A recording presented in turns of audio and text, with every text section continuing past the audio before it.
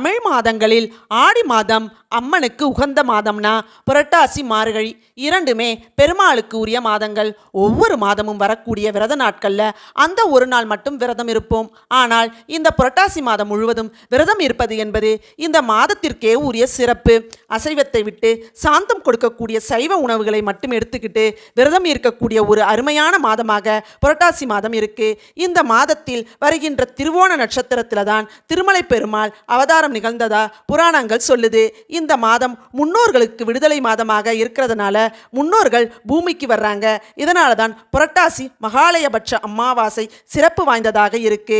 கர்ம பலன்களை அளிக்கக்கூடிய சனி பகவான் கன்னியால் மாதம் என்று சொல்லக்கூடிய புரட்டாசி மாதத்துல தான் சனிக்கிழமையில் தான் பிறந்தார். இவர் சூரிய பகவான் சாயாதேவியோட புதல்வர். இந்த சனி கிரகத்தை கட்டுப்படுத்துபவராக இருப்பவர் தான் பெருமாள். சனிக்கு அதிபதியும் அவர்தான். அதனால் தான் சனிக்கிழமை பெருமாளுக்கு மிகவும் விசேஷ